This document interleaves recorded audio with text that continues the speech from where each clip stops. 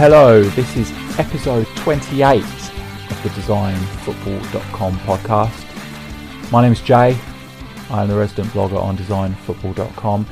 And on this edition of the podcast, we are doing another club-specific episode. This is the third in a row, and this time it's St Pauli. I'm joined by one half of the only English language St Pauli podcast, Fell in Love with a Girl. One half of it, Shawn, is the half. Hi Shawn, how are you? I'm great. How are you, Jay? Yep. I'm good as well. Now, St Pauli, for people who don't understand St Pauli, don't necessarily know too much about German football, can you give us a quick overview? Obviously, we know the big teams like Bayern Munich and Borussia Dortmund and several Bayer Leverkusen and various others. Who are St Pauli?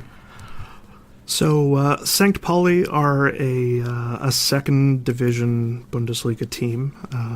They were formed in 1910. Their history kind of trucks along without a whole lot of glory. A very empty trophy cabinet.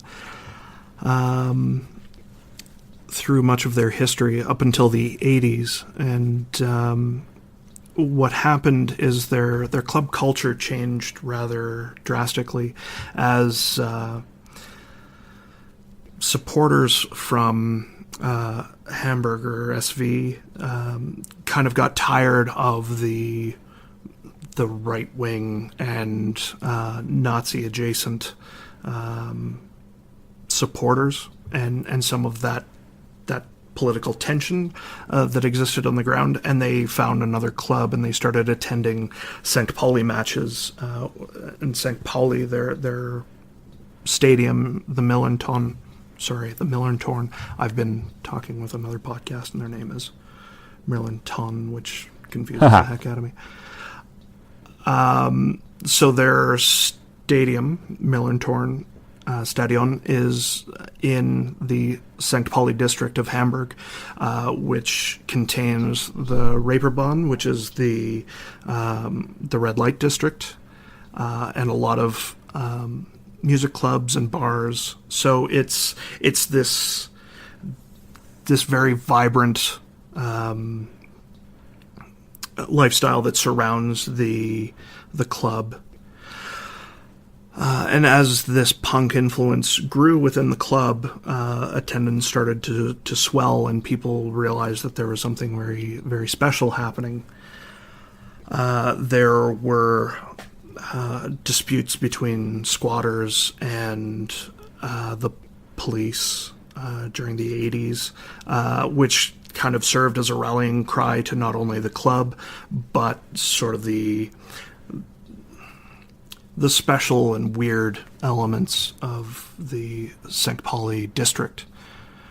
And so that started to be embraced by the club itself, and it's grown and grown and grown to the point where there's now an English language site which launched earlier in the year. There's now a US-based club shop. So it's really started to swell, but it really holds on to a lot of the left-wing roots, which really caused the popularity of the club to grow. Okay, so we're saying that they're sort of left-wing, socialist, liberal-minded as well. That would tie into it. Is that right? Absolutely. So there's the philosophy of no racism, no sexism, no homophobia, no fascism, and never, ever again the third division. So yeah, it's a very tolerant club, a very embracing club. As long as you hold those values to be true and dear, then I think everyone's welcome at St Pauli. Okay, so as this being a kit podcast, the new kits have recently been launched. Yes, so they have. there's a the profile isn't necessarily huge, but there's a sense of an impact that you get from St Pauli that you probably wouldn't get with other clubs of the same level in leagues around Europe. So there is a bigger profile to the kit release as a result of that, because of the appeal that they have internationally as well, isn't it? Obviously, you're speaking from Canada, and there's supports groups in the UK, I believe, as well, isn't there? There's a few in the UK. There's Yorkshire St Pauli, which is probably one of the oldest. Well, I think it is the oldest English based supporters club. There's also a supporters club in Glasgow. There's supporters clubs in Brazil, Greece, the United States, in New York specifically. There's a supporters club in Toronto, Canada, which is not right next door to Calgary, but there is another club in Canada, and they enjoy a very widespread supporters base around the world. Okay, so you've just had the kit release. The kit, so all three kits have been released. Take us through them. Start with a home shirt and kit. What's that like? Describe it for us. So the brand new home kit is brown shorts with a brown shirt. Across the torso of the new home shirt are what look like paint stripes, complete with drips and kind of rough edges of white, red, and white bands, one on top of each other, covering probably just above the armpit to just above the navel, so quite broad stripes. And our shirt sponsor, Kongstar, across the middle, of course. Under Armour is our technical partner. I think is that the correct way of describing your shirt maker these days? Technical partner. That sounds right. Yeah. Okay. Fair enough. It depends on the club. I think it depends on which PR team is in control of that kind of wording. But yeah, I think for a consistent nomenclature, I'll say technical partner. Technical partner. That's depressing. Yeah. So, what's the sponsor? Kongstar. What is Kongstar? I believe they're a mobile provider. Okay. They aren't in Canada, so I believe that's what they do. Okay. All right. So, how has the home kit gone down then? Because I've seen it, and for me, it's like another example where it's a nice idea, but maybe hasn't been executed as well as it could have been. All three Under Armour, all three kits have not gone over terribly well. I think part of it is, I think there's a general feeling that Under Armour doesn't necessarily fit the club culture. After the U.S. election, the president and CEO of Under Armour made some pro-Trump comments, which obviously went over like a lead balloon with the supporters base, saying he was good for business in the United States. And there has been a lot of dissatisfaction with Kevin Plank, the founder and CEO of Under Armour, for his comments. Now, that was immediately followed by athletes from the Under Armour brand, like Steph Curry, The Rock, who came out immediately and said, Kevin Plank does not speak for me. And I think it's dangerous to view an entire company as a monoculture, because clearly the CEO does not reflect the values of every person who works for the company. But generally speaking, I think people aren't terribly happy that Under Armour is our kit provider. And some of their design choices this year are not necessarily reflective of some of those values. And that'll be more the third kit, but I won't go too crazy. and get ahead of myself. The away kit shares a lot of traits with the home kit. Is that right? So it's in slightly different colours to. Obviously, it needs to be a change kit. Yeah, so through the torso, it's paired with white shorts. It's a white torso with a gray brick pattern in it, and then across the yoke of the shirt there are red and brown stripes. Again, kind of embracing that graffiti aesthetic. There are some drips in the quote unquote paint that kind of dribble down a little bit. Yeah. And I see what they were trying to do there, but the brick pattern through the torso is very busy, especially when you look at it up close. It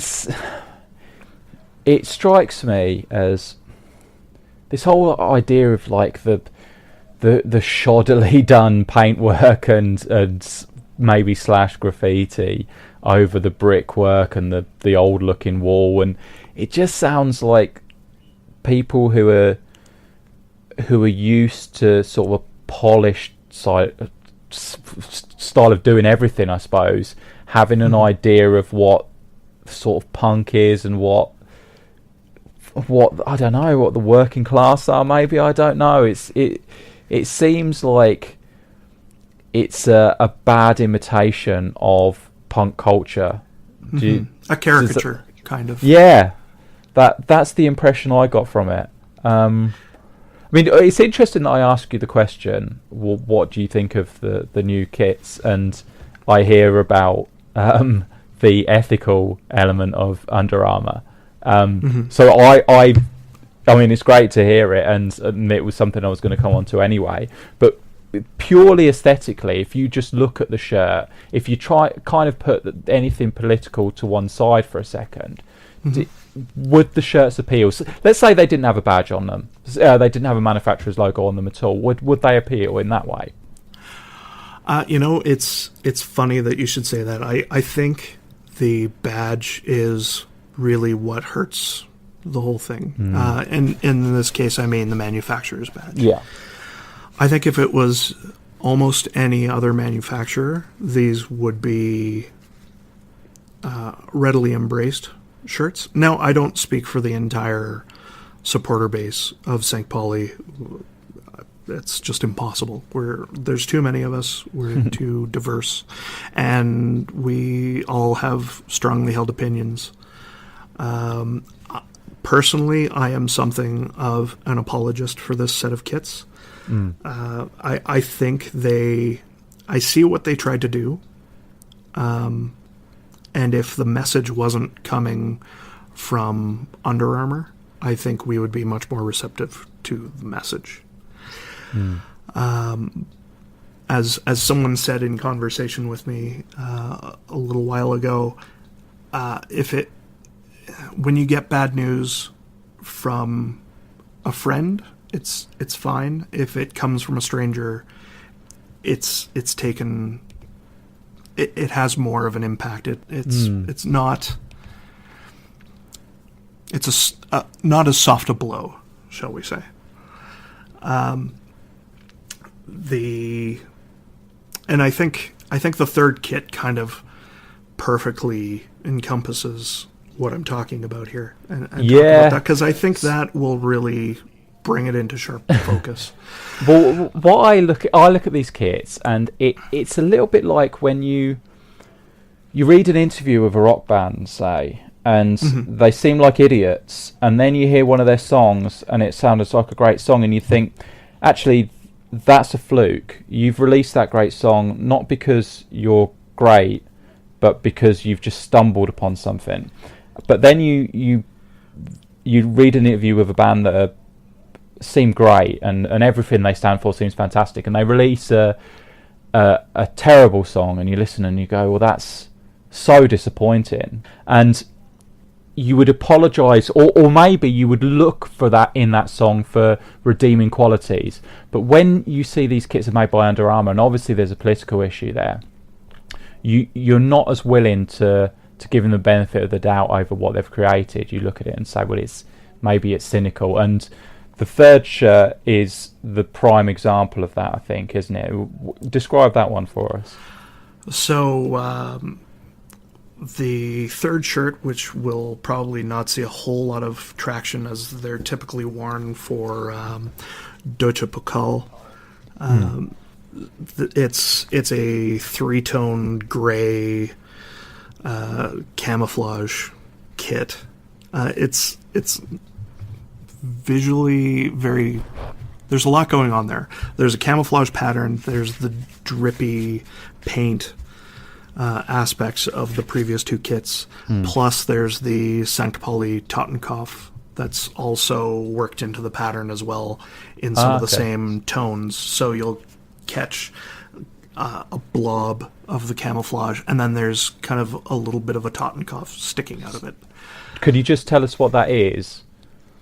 The Totenkopf is it's the skull and crossbones logo that you see associated with St Pauli in the 80s. One of the supporters, it's a very famous story, Doc Mabuse, who's a punk musician, grabbed a pirate flag from a stall on his way to the game, attached it to a broomstick, started flying it at the stands, and it kind of caught on. Hamburg being a port city, there's the allusion to history of piracy, and so that was embraced by the club and turned into a second badge, kind of, sort of. It rarely appears associated with the shirts, but everyone, I think, has seen the St. Pauli T-shirts, the black T-shirts with the white Totenkopf or hoodies. Are probably the two biggest items that you'd see those on, and of course flags. So it's ironic that this symbol that was strictly a supporter-based symbol has been taken and trademarked by the club and then repackaged and sold back to the supporters. There's definitely a circle of life involved there. That's an interesting point, isn't it? It's unique in that there's not a whole lot of clubs that have a secondary symbol that's as strongly recognized by the supporters as the club badge or even an outside observer. You see a skull and crossbones, you think St. Pauli. If you see the club badge, you also think St. Pauli. It's just that Totenkopf is it has a very strong level of recognition. Yeah. Does it strike you that the incorporating of that symbol into a camouflage shirt, the camouflage thing has been done for the past 4 or 5 seasons. It's a very strong element this year. It seems like Nike and Adidas have both got some of their templates have some strong camouflage elements. So I don't think that's going anywhere anytime soon. No, and the Nike third kits, and these, I was talking about these the other day, and they're Nike third kits for clubs. Really, for the past few seasons, have been a Nike release first and foremost, rather than a release for the club. It's just a colorway of one design, and it's distributed to the clubs poorly, as it turns out, in a lot of cases. And this season's, or the new season's from Nike has a sort of angular camouflage effect, like a very modern approach. To camouflage, kind of like a 3D isometric thing, but combined with camouflage. But how do you feel about that? That's like almost a trope, I suppose, of this camouflage design being used for your club. Is that something you get on board with, or does it have connotations for the supporter base? Is camouflage something you'd see in the stands? From the fans? It's not. Okay. Absolutely not. So the camouflage aspect of the kit has not gone over well. There have been there has been a lot of dissent amongst the supporters in terms of wearing camouflage, which has obviously a military and to a degree kind of the hunting fraternity aspect to it, which don't jibe terribly well with the St Pauli values. No. Pacifism is definitely a value held by St Pauli supporters, and the camouflage has not gone over well. Now, that being said, ironically enough, there are a few kits in the past that the club have worn that have incorporated camouflage, but because it's coming from Under Armour, and because the state of politics are so heightened right now, I think if it came from another brand, it wouldn't be so bad. But because it's Under Armour, there's a strong feeling of rejection towards the third kit, especially. Which is ironic, because to go back to how things are shaping up for this year's kit releases. Happy Christmas, by the way, because of course this is the most wonderful time of the year, because we're starting to see actual kits come out, and it's not just concepts and leaks and concepts. We actually get our stuff. It's awesome, and there's still a few surprises under the tree. But a theme that has been strong this year in the releases are not just there are camouflage elements, but there's also homage elements. There's also throwback elements that are strong this year. There are, and I'm struggling to remember a couple, but Liverpool doing the callback to the 96 kit, which had the bottle green and white quarters. The Bayern Munich shirts this year, the home and away, one harkens back to the 90s, one harkens back to the 70s and 80s. So I think what the designers at Under Armour were trying to do was pull back into the club's past a little bit and bring that camouflage element forward. And I think it just wasn't received terribly well because of who the messenger was in this case. So you mentioned the history there, and the thing that jumps out to me when you describe the kits is the brown.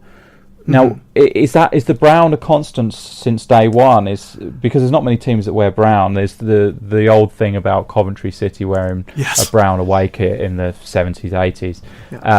Vancouver Whitecaps had an alternate kit that was brown. Again, not terribly well received. Brown is a hard color to pull off, but it's brown and white have been the traditional colors of St Pauli since time immemorial, I think. And so there is that tradition of brown and white.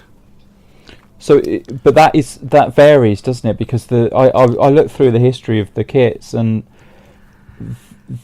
you will see different lot of brown and white in recent history. No, it seems to change quite regularly. There's hoops, there's stripes as well. Then there's a plainer shirt. Is that not a loss of identity there? I think it's an evolution of identity. I don't think there's going to be a time where St Pauli don't wear brown and white. It's just, I don't think that'll ever change. How you represent brown and white, especially since you have those two colors so strongly associated with the club, to pull that away. There's never been a strong third color or an accent color. Red is used quite often as an accent color, but brown and white is the identity of the club. Hamburg ist Braun Weiß. That has always been the way. I think that is always how it shall be. There has been a change in kit philosophy over the last few years, where we're seeing different things like gradients and racing stripes and solid colored shirts as opposed to brown and white stripes.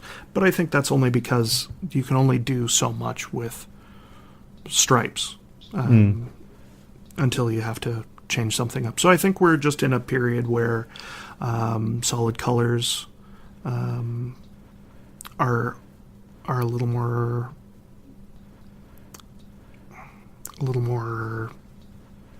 popular for the time being. But I think it's only a matter of time before we will see brown and white stripes on St Pauli. So is this the second season of Under Armour? Is that correct? It is. So last year they wore basically a recycled Tottenham Hotspur template as their home kit, which was an all brown torso and sleeves with kind of that squared off Mandarin collar in red, white, and red striped, which I wasn't a fan of and was even less pleased with once I realized it was just Tottenham's hand-me-downs. Yeah. That can work sometimes. One of the change kits, I think it might have been the third kit, was black, I think, and had like a sublimated big skull as the main image. Is that right? So that is one of the few appearances of the Totenkopf in the kit itself. So the center panel of the shirt had a very sublimated, very subtle Totenkopf pattern. In most of the shop photos, it tends to show the pattern a little more, but in person, it's actually quite subtle. Oh, really? Okay, all right. Because we had on our website, we had a competition a few years ago when Hummel took over the contract. So Hummel had the contract prior to Under Armour. We had a competition to design a kit for St Pauli, and some of the entrants were fantastic. Some of the entries, were fantastic, and that was one of the designs we used actually. So it was interesting to see it being brought to life. So that was Under Armour. Hummel has a longer history with St Pauli. They used to produce a lot of the merch, I think, despite not making the kits, and then they did get the kit contract for a couple of seasons. They had it. Were those kits a bit more popular? They are certainly, to my mind, anyways. I think they're the apex of the kits, personally. In fact, the 15-16 kits incorporated a rainbow band around the bottom of each sleeve. Yeah. And the Totenkopf just inside the collar was in rainbow color as well, which just shows how far they're going to go to express their solidarity and embrace that diversity. You have the rainbow flag flying at the stadium, is that correct? Yeah, it's heartening to see rainbow flags flying at more and more stadiums, actually. In the MLS, I know that it can regularly be seen in the stands of all the Cascadia teams, so Vancouver, Seattle, and of course the Portland Timbers. It's something that's growing, and I hope to see more of in more stadiums across the world. Yeah, so Hummel obviously incorporated that into the kit. I remember the kit, and I think my feelings on it was then the kit became a little bit overdone because it had a It had like a gradient pattern in sort of a zigzag approach in white and brown, I think. And I think with the cuffs in the rainbow colours, it was a bit too much. So maybe it would have worked better with a plain shirt. But that's when the aesthetics become. Maybe I missed the point somewhat by getting a little bit too obsessed with the aesthetics of it. So it is an important point, especially with the way football is behind the times in essentially not having any out footballers at all. So to have that as a contrast is something subversive, which St Pauli would always be. So Hummel came in. They released a couple of seasons worth of kits. What other manufacturers have you had? Do You Football? Is that right? Do You Football has been a big part of the recent kit history, going back, I want to say, back to about 2005. I believe they're gone now. I could be wrong, but I've found zero web presence for them in recent years. So I don't know if the 13-14 kit was the end of Do You Football, but I can't find them anywhere. So yeah, Hummel was the technical partner for 2 seasons. 14-15 and 15-16. Both kits were designed by your former guest Jason Lee. Someone I'm looking forward to having on our podcast, because he's a St Pauli supporter, and I think his aesthetic matches up really well with St Pauli. He has a very playful style. He's not afraid to get completely bonkers. And that works really, really well with St Pauli's aesthetic. And he came out with some cracking kits. Like I said, his kits are my favorite of all time with Pauli. Yeah, the gradient kit actually lives on. I just saw a photo on Twitter the other day of Bohemians wearing a Hummel team kit, and I think it was black and white, but it was that same gradient diamond pattern shirt. Oh, really? I hadn't seen Hummel that. must have incorporated it into their teamwear range. I commented on Twitter, that shirt looks awfully familiar. Jason, if you follow Jason on Instagram, you'll see to what extent he likes graphic patterns and that kind of thing, and he will take it to an extensive degree.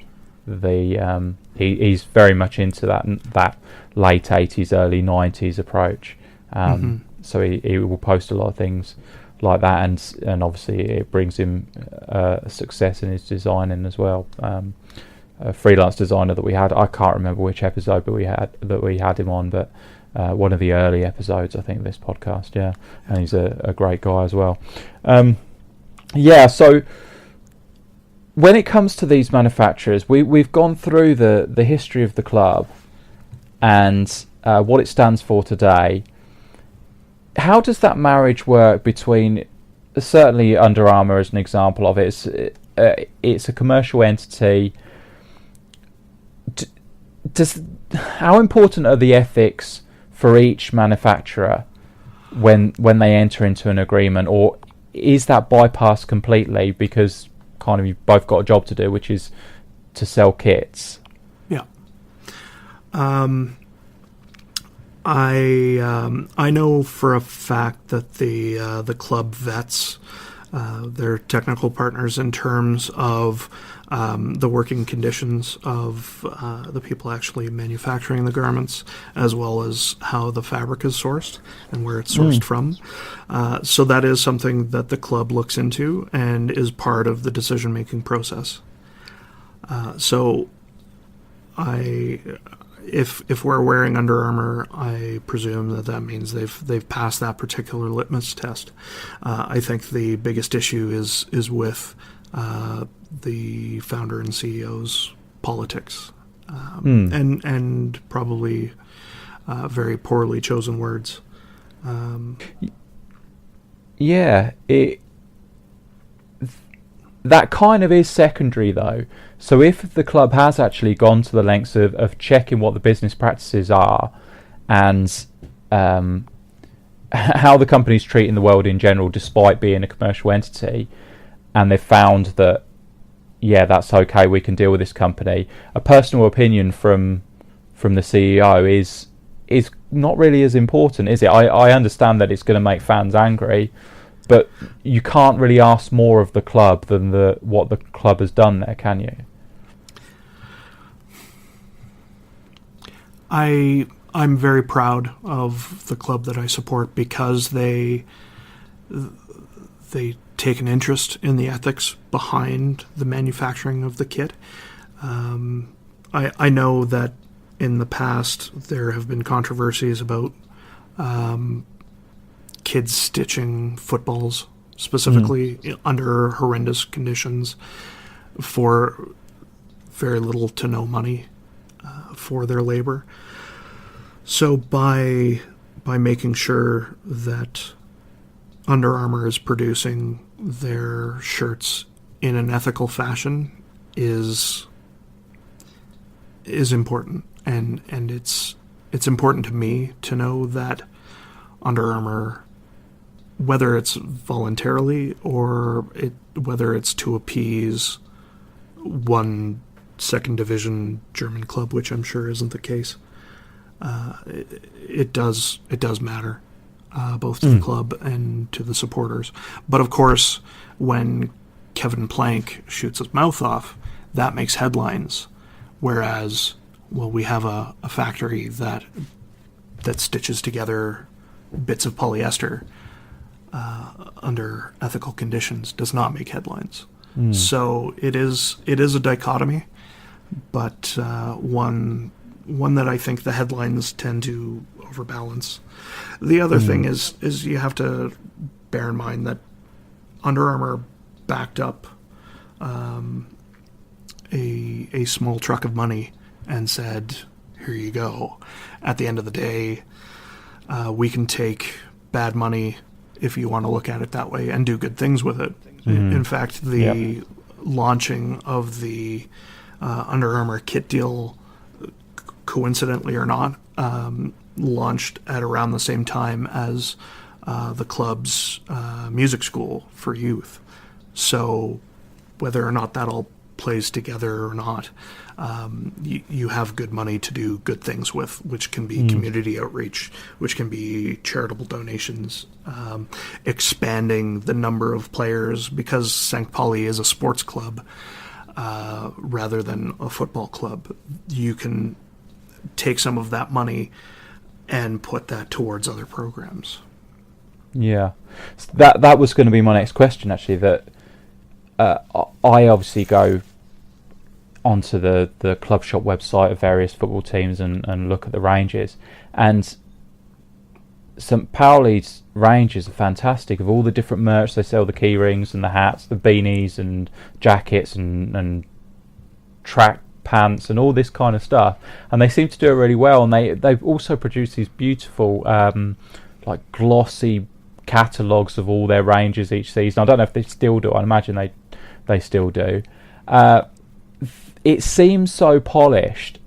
They seem to be a commercial entity to such a great extent that you wouldn't necessarily expect it, and that's maybe a prejudice, that you wouldn't necessarily expect someone who have these ideals, these left-wing and liberal ideals, to be able to do selling shit so well.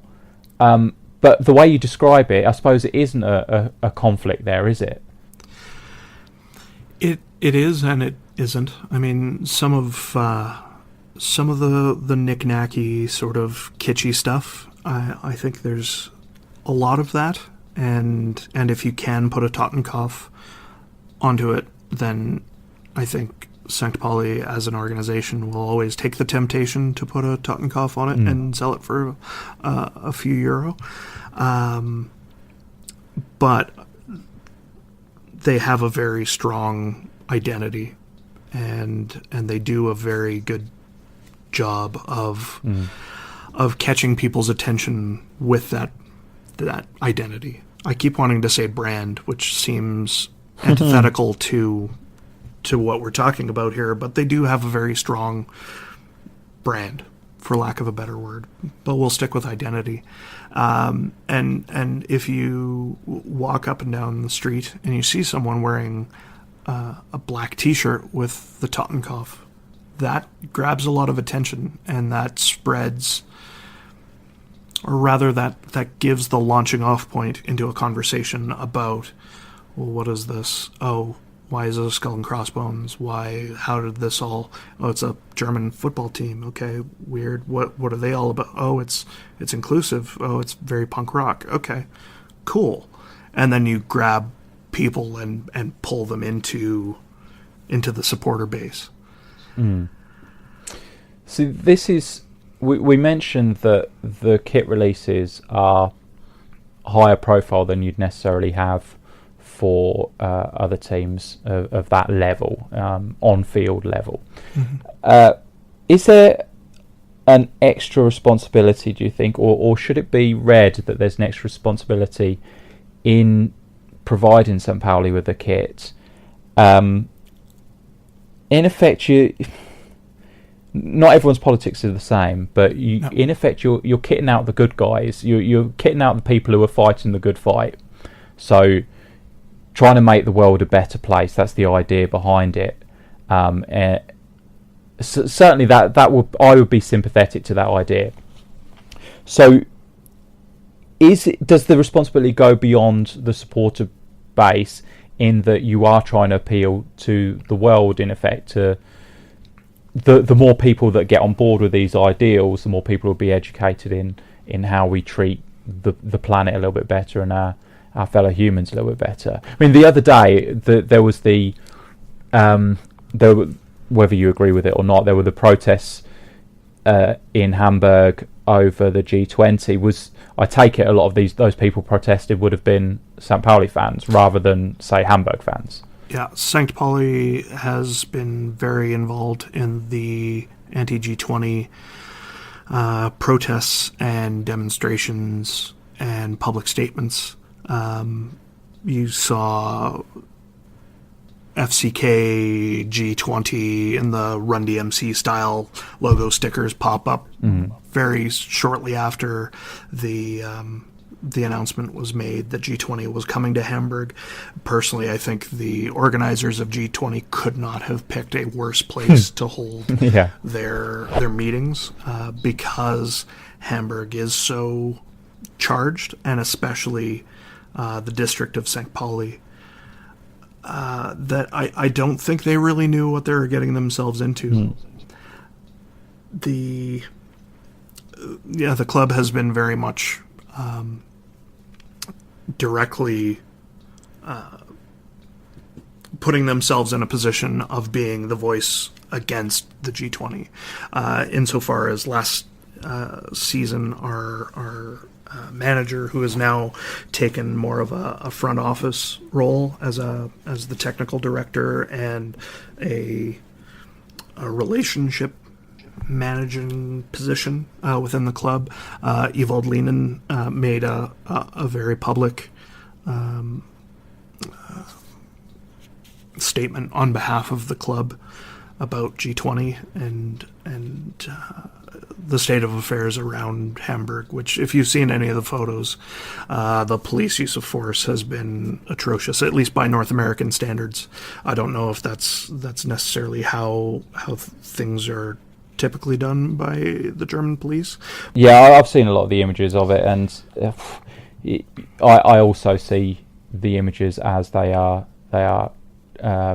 translated or edited by mainstream media. So yeah, it still looks bad even when you take that into consideration. So it's that there are always going to be different viewpoints on who is causing the trouble and who's not, and to what extent that trouble should be stamped out, sometimes in literal terms. So that's a separate issue. But it when you consider that these are people who are taking to heart the world's problems in such a way which goes far beyond the general man in the street, and certainly beyond what football does, the force for good that football is globally, and a lot of people would be of the opinion that football is a force for bad now, when you consider the TV deals and so on, and who's involved with the TV deals in, for example, the UK. When you are creating a kit for this team, all of these things should be taken into consideration, and maybe there should be a company that's fighting the good fight themselves. I don't disagree. Under Armour, I think, is a name that represents a larger business, one of the major players in terms of sportswear. And it's ironic that a brand like that has paid attention to St Pauli, a club with literally 0 trophies in its cabinets. Now, whether or not the company being American playing part in that, I think is not it's not immaterial. So we are seeing the partnering of a very large company with a very small, relatively speaking, club. So I think that it exists in tension. But of course, this is a club that has always existed in a certain state of tension with itself. Insofar as football being a business and supporters who want to see less business involved in football. The politics I think are fairly homogenous, but like I said, I always hesitate to depict any group of people in a monoculture. Even so far as the Sud Curve existing in tension with the Gegenrad, the two major stands. The ultras in the Sud Curve aren't always making the decisions that reflect the voices of people in the Gegenrad or the Nordkurve or the rest of the stadium. So there's always that element of tension, and I think as the club grows, that tension continues to exert itself. Okay. All right. So going back, maybe incorporating this as well. What would you like to see from the St Pauli kit? And you can maybe pick a manufacturer as well if you like. And I don't know if there is any that would really be entirely true to the ideals of what the club stands for culturally. But what design would you like to see? What would you like it to give off? I talked earlier about tradition and brown and white stripes being kind of the traditional design. I would love to see brown and white hoops, or even brown and black hoops. I like hoops personally. I don't know about you. I'm very particular about collars. I like flappy polo shirt style collars. Yeah, something dark and rich and wide like that would be my perfect kit. Yeah, and then you can change it up easily by having, say, like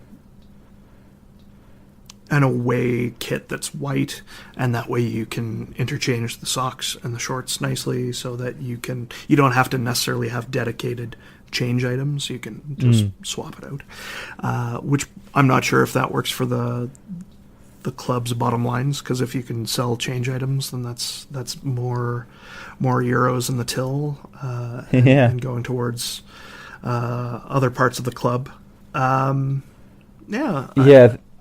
that could be the conflict there. You might have summed up the conflict of whether you have change items or not. Because if you have the change items, you're fleecing the fans. If you are providing multi-purpose items that can be worn with various shirts and everything's interchangeable, then you're providing true value to the fans. So maybe that's something to check on, whether each season, whether they go, which route they go down, because that it's something I've written about before, because you can even increase sales that way, because if something can be worn with more than one shirt, then surely it's a better purchase. But that is the gulf between, perhaps the gulf between the commercial thinker and the ethical thinker. And it might be one case where the ethical thinker actually thinks outside the box and maybe is more has better commercial aptitude, ironically. That might be the key to it, but probably not. You look at, say, a massive club like Manchester United, 3 or even 4 kits, mostly with dedicated change items. Are you giving the supporters of the club more variety to choose from, or are you just being more cynical and looking at the bottom line and saying, well, if we put out black socks and black shorts for change items, then we can get another couple of £100,000 or what have you, or millions of pounds, I'm sure would be the economy of scale in this case with the example of Manchester United. Who knows? I think even having a third kit hasn't always been embraced by supporters of the club, to the best of my knowledge, simply because they are typically worn for the DFB Cup, and that's about it. It might make a regular season appearance, but it's generally a commercial venture more than anything else, mostly because we typically don't do terribly well in the Cup. So we see very few appearances. But personally, I like third kits only because it's your chance to do something a little weird and wonderful. Going back to Jason Lee with his, I think it was the 14-15 third shirt, which kind of broke with tradition. It's got black raglan sleeves, but through the body it kind of looks black, which is becoming the traditional color of our third kits. But if you look at the shadow pattern, which are a bunch of stars with a pattern behind it, it's actually brown and black when you get up close and look at it, with kind of these sky blue details on it. And in fact, Jason incorporated a very playful through line through all 3 of the shirts. There's glow-in-the-dark elements on each. So on the third kit, there's the glow-in-the-dark badge. On the inside of the away shirt, there's a little skull motif next to your heart. And on the back side of the collar on the home kit that year, there's a pattern of stars across the underside of the collar with the Totenkopf in the middle, and they all glow in the dark as well. I like that the third kits are this palette on which you can go a little bonkers, and I really tend to like some shirts that are off the beaten path a little bit. Yeah, that again is that notion of providing value to people. So if you are going to release a third shirt, make sure it's distinctive, make sure it's something extra that's being given specific to that club, and then maybe people will embrace it more. This has been really great speaking to you, Shawn. Really enjoyed it. I think we are both. I mean, your politics are, I think, probably more steadfast than mine, but there certainly is a conflict for the kit geek in seeking out what's right in the world, but also really liking these polyester creations by often horrible companies. It's true. I mean, kits have always been, since I started watching football after the '94 World Cup, kits were really kind of the embodiment of what was different about football. And as I grew to love the sport, the shirts sometimes leave me cold in terms of designs, but there's something wonderful about, especially this time of year, where you start seeing stuff come out. To use the Christmas analogy one more time, and you get these little surprises, and you start to see leaks, and then the actual kit, and how does that compare?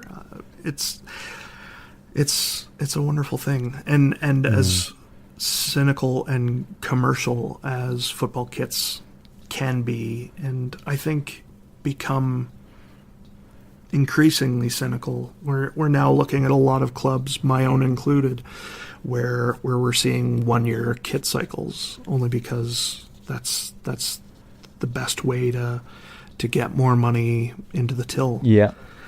I like the variety of not being stuck with the same shirt year on year. Like for example, a 2-year kit cycle. If I had to look at that Under Armour shirt with the red collar, the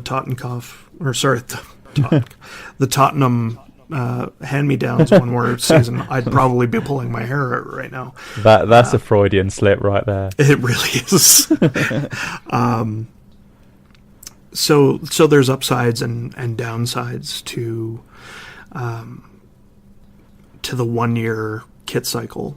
The upside is, as football supporters, we all have the choice of whether or not we have to have the most current shirts, and I think we've seen that market reach a crescendo, and I think supporters will soon embrace the idea that maybe we don't all have to have the most current shirt, and maybe we'll just wait for a design that speaks to us before we run out to the shops with cash in hand.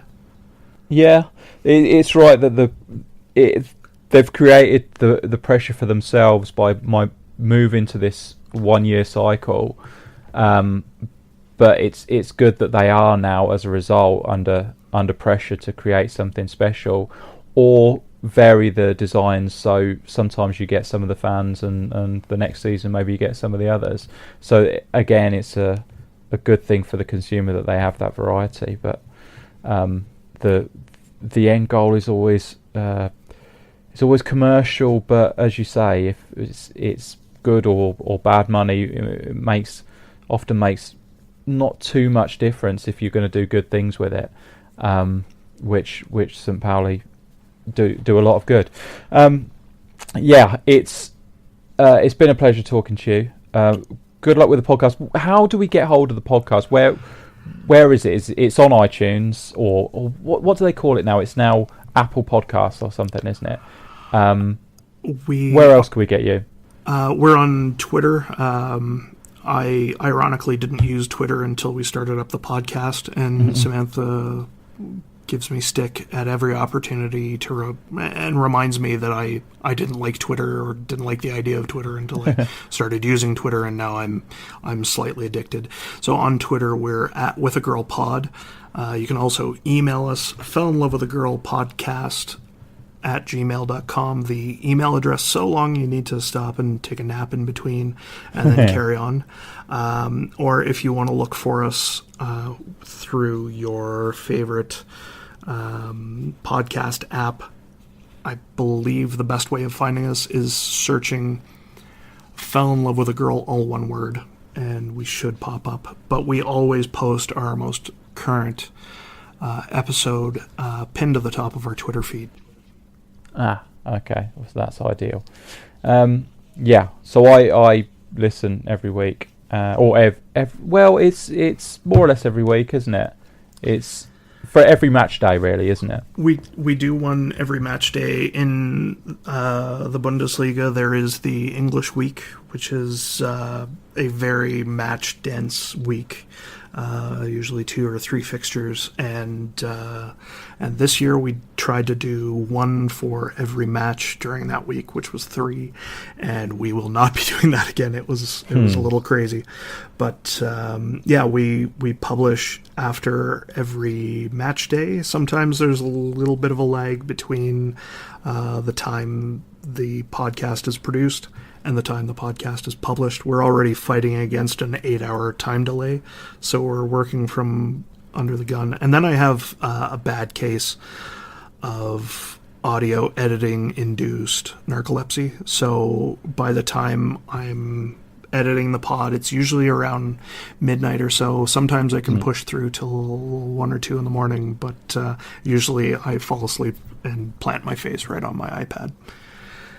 Yeah, I feel your pain. But we do this for the love of it. We shouldn't forget that. So this is absolutely a labor of love. Every episode we do a non-commercial commercial, which is just a shout out to something we like and accept no money for. Every episode costs us money, and we don't care. We love doing it. I love sitting down with my girlfriend every week and watching football and talking about it. So really, it's as much for us as it is for the listeners. I think first and foremost, if you're pleasing yourself, then you're onto a winner. If you want to check us out, we are designfootball.com. We are designfootball.com on Facebook and Design Football on Twitter. I'm J29ers if you want to speak to me directly. Thanks again, Shawn. Thank you for coming on. It's been a pleasure talking to you. I will continue to listen to all of your podcasts. I hope you've enjoyed speaking to me about St Pauli kits, and all the best for the new season. I'm not sure if I want you to get promoted, though. That's the difficult thing. I think you might be exactly... I can focus on the politics where you are. As soon as you make it into the Bundesliga again, and it's or Bundesliga 1, then it's a bit like either things go very badly as they did last time. I think you got relegated straight away, or you start to do well and then you become part of that horrible machine. And I don't think I want you there. Is that cruel? No, not at all. I think second Bundesliga is the sweet spot for us. We had a narrow escape from being relegated to the third division, which would have been disastrous, both financially for the club, for the supporters, especially supporters like us from abroad, where they're not in the news and the headlines, and they're not as accessible through larger media outlets, but still remaining in the second Bundesliga, still remaining accessible and able to kind of spread that set of values and be enough in people's faces without having to concern ourselves with the issues that big clubs have to face, which is competing against Bayern Munich and Borussia Dortmund. And inevitably, I mean, how do you win that battle? So I think to go back to the tension, I think our position in the world is perfect right where it is right now. And this has been an absolute pleasure being able to vent my kit nerdery with you, because you're very passionate and very knowledgeable, and this has been a distinct pleasure. I hope we get to do this again next year. Yeah, it'll be great to speak to you again soon. We'll find other things to talk about, I'm sure. Oh, absolutely. So, kit related or not. So yeah, brilliant having you on, Shawn, and I'll speak to you soon. And soon we'll have another podcast with another guest, so stay tuned for that. Thanks very much for listening. Bye bye now. Goodbye, everyone.